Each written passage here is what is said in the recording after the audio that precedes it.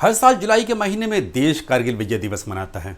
इस साल यानी इसी 26 जुलाई को भी यानी बुधवार को कारगिल की चोटियों में पाकिस्तान पर मिली विजय की 24वीं वर्षगांठ है। यानी शिकस्त के 24 साल पूरे हो चुके हैं। लेकिन इस बार का जश्न उस शख्स की गैर मौजूदगी में मनाया जा रहा है जिसने पूरी कारगिल की साजिश रची थी, जो कारगिल का मास्टरमाइंड था।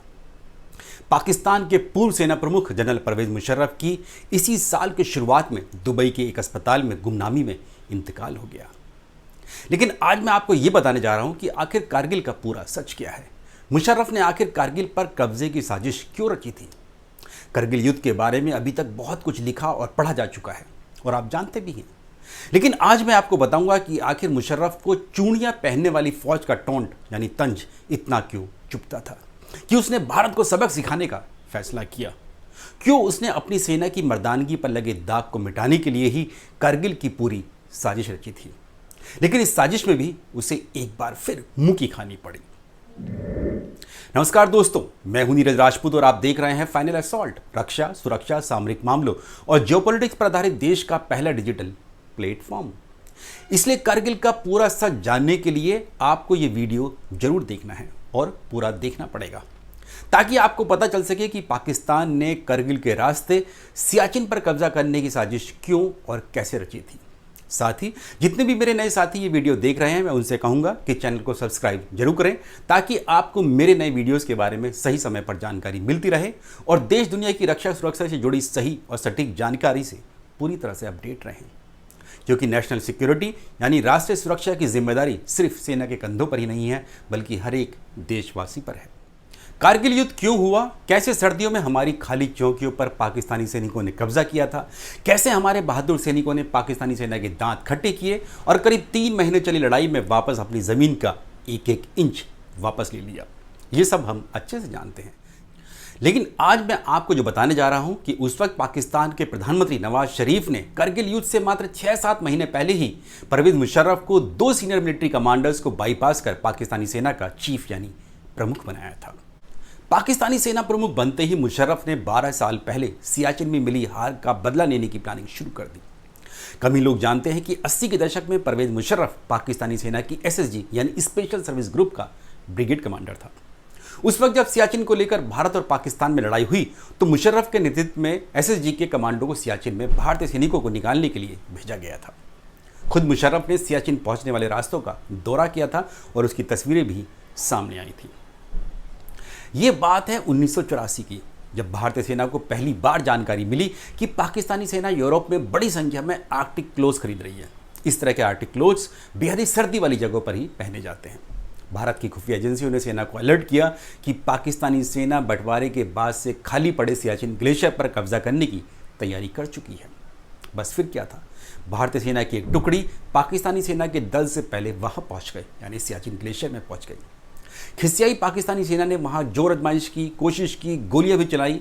हमारे सैनिकों की शहादत भी हुई, पाकिस्तानी सेना को भी नुकसान हुआ, लेकिन भारतीय सेना टस से मस नहीं हुई।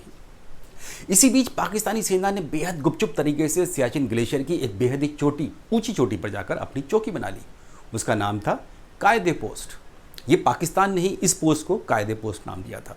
ये नाम पाकिस्तान के संस्थापक मोहम्मद अली जिन्ना, जिन्हें कायदे आजम कहा जाता था, उनके नाम पर रखा गया था। 1987 में होनररी कैप्टन बाना सिंह और उनके साथियों ने पाकिस्तान की इस पोस्ट पर बेहद ही रोमांचक लड़ाई में कब्जा कर लिया था।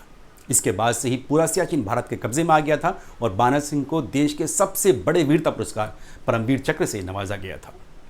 भारत के हाथों सियाचिन पूरी तरह से खो जाने पर पाकिस्तान की पूर्व प्रधानमंत्री बेनजीर भुट्टो ने पाकिस्तानी सेना पर जबरदस्त तंज मारते हुए कहा था कि पाकिस्तानी सेना सिर्फ अपने देश के नागरिकों से ही लड़ सकती है, भारतीय सेना का मुकाबला नहीं कर पाती है। उन्होंने पाकिस्तानी सेना के टॉप कमांडर्स को यहां तक कह दिया था कि आप चूड़ियां डाल लो, यानी नई नवेली दुल्हन की तरह घर में चूड़ियां पहनकर हाथ पर हाथ रखकर बैठ जाओ। उस वक्त पाकिस्तान में जनरल जिया उल हक का मिलिट्री रूल चलता था। ऐसे वक्त में बेनजीर भुट्टो ने पाकिस्तानी सेना पर यह टॉन्ट मारा था। जाहिर है मुशर्रफ को भी यह तंज कांटे की तरह चुभता था, क्योंकि वो भी जिया उल हक की सेना में ब्रिगेडियर के पद पर तैनात था और उसका ऑपरेशन सियाचिन में फेल हुआ था। इसलिए वो भारत से हमेशा बदला लेने की प्लानिंग करता रहता था।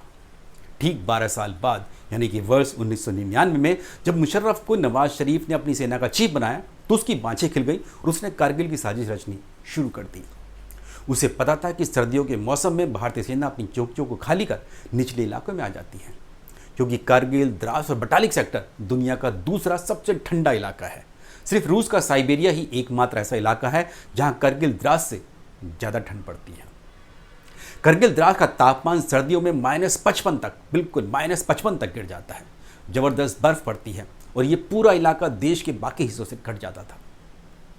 क्योंकि श्रीनगर से कारगिल जाने के लिए दुनिया की सबसे खतरनाक सड़कों में से एक जोजिला पास यानी दर्रे से होकर गुजरना पड़ता है, जो सर्दियों के मौसम में 3-4 महीने के लिए बंद हो जाती थी। हालांकि अब ये दर्रा मात्र 1-1.5 महीने के लिए ही बंद होता है और बीआरओ इसे जल्दी खोल देती है।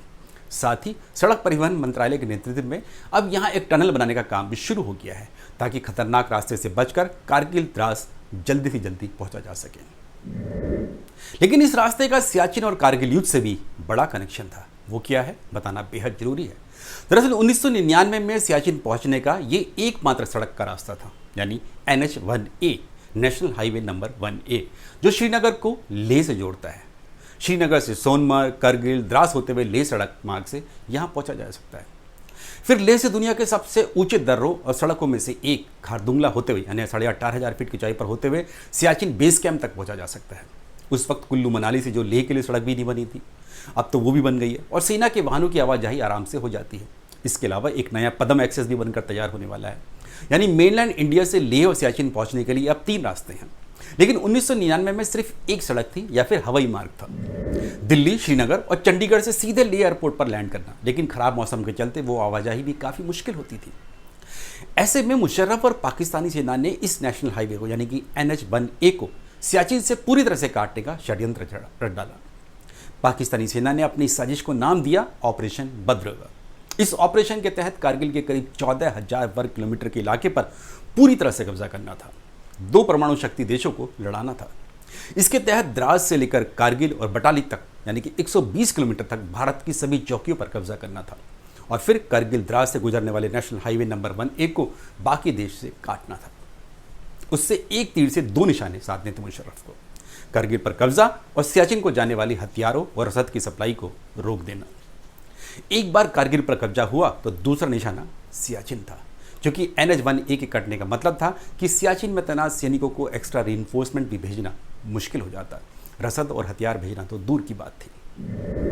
लेकिन सर्दियां खत्म होते ही जैसे ही भारतीय सेना को करगिल सेक्टर में पाकिस्तानी सेना के दुस्साहस की जानकारी मिली, भारत के बहादुर सैनिकों ने अपने देश की आन बान शान के लिए अपनी जान की बाजी लगा दी। पाकिस्तान को अपनी ज़मीन से खदेड़ने के लिए भारतीय सेना ने अपने मिशन का नाम दिया ऑपरेशन विजय। भारतीय वायुसेना जो थल सेना की मदद कर रही थी, उसने अपने मिशन का नाम दिया ऑपरेशन सफ़ेद सागर। भारत के शूरवीरों ने करगिल, द्रास की ऊंची ऊंची चोटियों पर चढ़कर पाकिस्तानी सेना को वहां से भगाकर ही दम लिया। भारत के वीर सैनिकों को मदद दी बोफोर्स तोप ने, जिसने पाकिस्तानी बंकरों को चुन चुनकर तबाह किया। Captain Vikram Batra, lieutenant Manoj Pandey, captain Anuj Nayyar, lieutenant Vijayant Thapar, Yogendra Yadav, rifleman Sanjay Kumar, lieutenant colonel YK Joshi, lieutenant Balwan Singh, captain Hanif, captain Saurabh Kalia, squadron leader Ajay Ahuja, major Sonam Wangchuk और उनके जैसे भारतीय सेना के जांबाज सैनिकों ने एक बार फिर से पूरी दुनिया को दिखा दिया कि हाई ऑल्टीट्यूड वॉरफेयर यानी पहाड़ों में लड़े जाने वाले युद्ध में भारत का कोई सानी नहीं है। यही वजह है कि मिलिट्री हिस्ट्री में करगिल की जंग को बेहद ही महत्वपूर्ण स्थान दिया गया है। कारगिल की जंग में भारतीय सेना के कुल 527 सैनिकों ने देश के लिए सर्वोच्च बलिदान दिया। कैप्टन विक्रम बत्रा और कैप्टन मनोज पांडे को मरणोपरांत परमवीर चक्र से नवाजा गया। ग्रेनेडियर योगेंद्र यादव और राइफलमैन संजय कुमार को भी अदम्य साहस और वीरता के लिए देश के सबसे बड़े पुरस्कार परमवीर चक्र से नवाजा गया। कारगिल भारत का पहला टीवी युद्ध था जो न्यूज़ चैनल्स पर दिखाया गया था। देशवासियों ने अपने घरों में बैठकर युद्ध को लाइव देखा था। इसके अलावा जब वीरगति को प्राप्त सैनिकों के पार्थिव शरीर उनके घर यानी पैतृक घर पहुंचे तो देश के हर नागरिक का खून खोल उठा और भारतीय सेना के पीछे आकर खड़ा हो गया। देशवासियों के प्रेम और जज्बात का ही नतीजा था कि भारतीय सेना ने एक बार फिर यानी 1971 और सियाचिन की लड़ाई की तरह पाकिस्तान को जबरदस्त पटखनी दी थी। हर साल की तरह इस साल भी पूरा देश 26 जुलाई को करगिल विजय दिवस मना रहा है। रक्षा मंत्री राजनाथ सिंह, CDS जनरल अनिल चौहान, सेना के तीनों अंगों के प्रमुख सहित सीनियर मिलिट्री कमांडर और वॉर वेटरन द्रास स्थित करगिल वॉर मेमोरियल पहुंचकर वीरगति को प्राप्त हुए सैनिकों को कृतज्ञ राष्ट्र की तरफ से श्रद्धांजलि अर्पित कर रहे हैं। साथ ही ये पाकिस्तान और भारत के दुश्मनों को सीधा संदेश भी होगा कि जो हमसे टकराएगा चूर चूर हो जाएगा। धन्यवाद। जय हिंद।